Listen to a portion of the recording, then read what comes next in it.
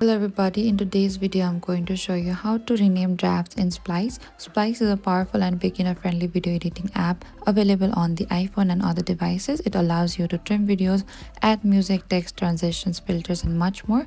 And when you create projects in Splice, they are automatically saved as drafts. Renaming your drafts help you stay organized, especially if you work on multiple videos. So now let's get started.